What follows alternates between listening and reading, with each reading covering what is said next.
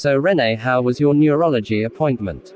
Well, I had to get an electroencephalography test so my doctor can tell which side of my brain that the seizures are coming from. Does it cause any pain? No, it doesn't cause any type of pain, but it can be uncomfortable since the glue can make your head become itchy. Let's go back to my place so we can talk about this more privately. Okay, sounds good. So do you have to take any type of medication for your seizures? Yes, I have to take gabapentin for my seizures so my doctor and I can get my seizures under control. How long do you have to take seizure medication for? Unfortunately, I have to take seizure medication for the rest of my life because I was diagnosed with simple partial seizures and tonic clonic seizures, and so I was diagnosed with a common neurological disorder called epilepsy. Okay, now that we're in a much more private environment, let me explain to you how both types of seizures affect me and what to look for when I or anybody else slips into a seizure. Alright. With my tonic clonic seizures, I end up doing this. Okay, well, actually, let me tell you something that's important to know, which is some people with epilepsy or some seizure disorder can develop what's called auras. What are auras? Auras are when someone who has seizures, regardless the reason why, can experience some of the most scariest sensations, feelings, and the way you see the world around you. I'm sorry this happens to you and millions of other people who have to suffer with these stupid seizures. It's okay, but different types of seizures can make someone have different feelings and sensations from seizure to seizure. What do you mean? Well, for starters, when someone has auras, some of the most common feelings people get are headache. Some will get dizzy or even lightheaded, or our heart will feel like it's so fast, also known as tachycardia. We can become hot, nauseous, and we may or may not throw up. Seizures can make someone black out and get confused, but I can feel like I'm floating, but I also get weak, heavy, and I can have trouble breathing with my seizures. My other friend also has epilepsy, so I'm going to invite her over so she can explain how her diagnosis of epilepsy affects her and to help you better understand how it affects us differently. Okay, that'll be great. Hey, how are you? And my best friend told me that you also battle with epilepsy.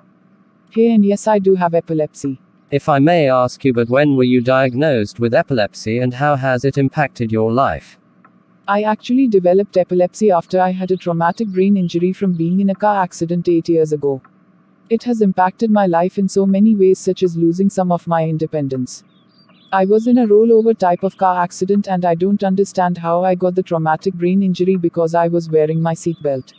Oh wow, I'm so sorry that happened to you, and I never thought a car accident could cause epilepsy. Well, it wasn't the car accident that made me develop epilepsy, it was actually the traumatic brain injury. On impact, it affected my brain because traumatic brain injuries make your brain bounces inside of your skull. But girl, that is devastating to hear. Did you ever thought that you could have ever developed epilepsy from what occurred to you and the car accident? Because I honestly never knew that was even possible. But I am so thankful that you survived your injury, because now you are able to tell the world about your story with epilepsy, how it impacted your life, and it made me realize that it's true that epilepsy is developed in a multitude of ways. Thank you, Kate, for telling me your story and how you developed epilepsy. That was really brave of you to do. You're welcome, Sean. I can't even imagine how scared you could have been that day. To be honest with you, but I don't remember much of the accident, but the day started off good when a drunk driver was swerving all over the road and he ended up plowing right into me, but the hard impact caused my body to go unconscious. Wow, Kate, I'm so sorry. I remember waking up in the intensive care unit scared, but I couldn't talk because I had a tube down my throat to help me breathe.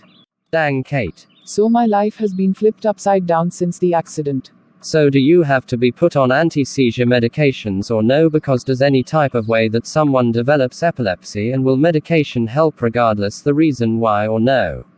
Unfortunately, I do have to take medication for my seizures because it doesn't matter why someone develops epilepsy, they still will need some type of treatment to help them have better control of their seizures. Wow. My niece doesn't have epilepsy, but she had seizures, and she had multiple seizures from a high fever when she was only 3 years old.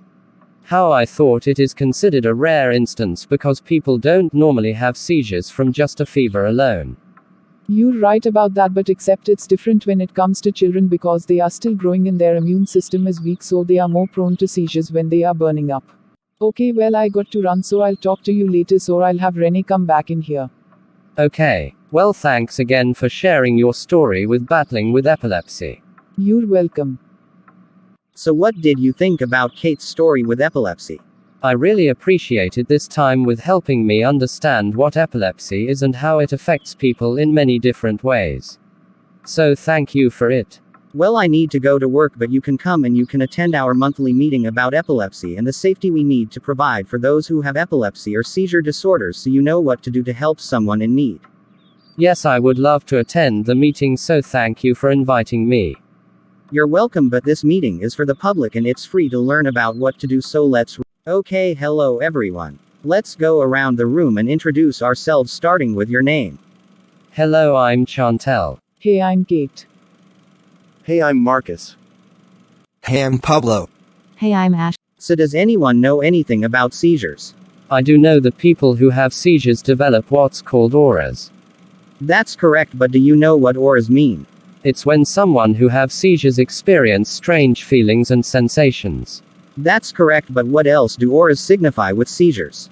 I don't know. How about you, Marcus? Do you know anything about seizures, or why so many people who have seizures experience auras, or the main reason for auras to occur in those who have seizures? Well, I heard auras are feelings that those who have seizures experience right before they have a seizure. It's like a warning. Exactly, but did you know that not everyone who have seizures develop auras? No, I didn't know that. I know that seizures have similar symptoms like with anxiety or brain cancer. That's also correct, but can anyone tell the rest of us some common symptoms with seizures? Well, I developed epilepsy from having a traumatic brain injury from a car accident 8 years ago. Would you, Kate, like to tell us some of your common symptoms with your epilepsy? I get hot, dizzy, confused, blurry vision, headaches, chest pains, trouble breathing, and many. Okay, someone tell me something else about seizures that is important to know. Well, purple is the theme color for epilepsy, which is because it is a calming color. That's true, what else? When someone has a seizure, they aren't able to swallow their tongue. That's true, and nobody can choke on their tongues, it's impossible to do. But someone can bite their tongue or cheeks during a grand mal seizure, but never put anything in their mouths during a seizure because it can cause more damage, such as with their teeth, which can be chipped if something hard is in the way. I don't think I know anything else about seizures. Okay, has anyone ever heard about status epilepticus or no? I have heard about status epilepticus, and I know that it is when a seizure lasts longer than 5 minutes, which can become fatal. Exactly, which is fatal, yes, but most people who have controlled seizures normally can be okay with the proper treatment, such as medication or device. Let's review what we all just learned about epilepsy and seizures. Who would like to start? I will. When someone has a seizure, to always make sure that they are put onto their side during a seizure. Good, what else? Move away anything that is near a person who is having a seizure so they don't hurt themselves or even hurt the people who are around them. Exactly. If a seizure lasts longer than 5 minutes, then someone needs to call 911.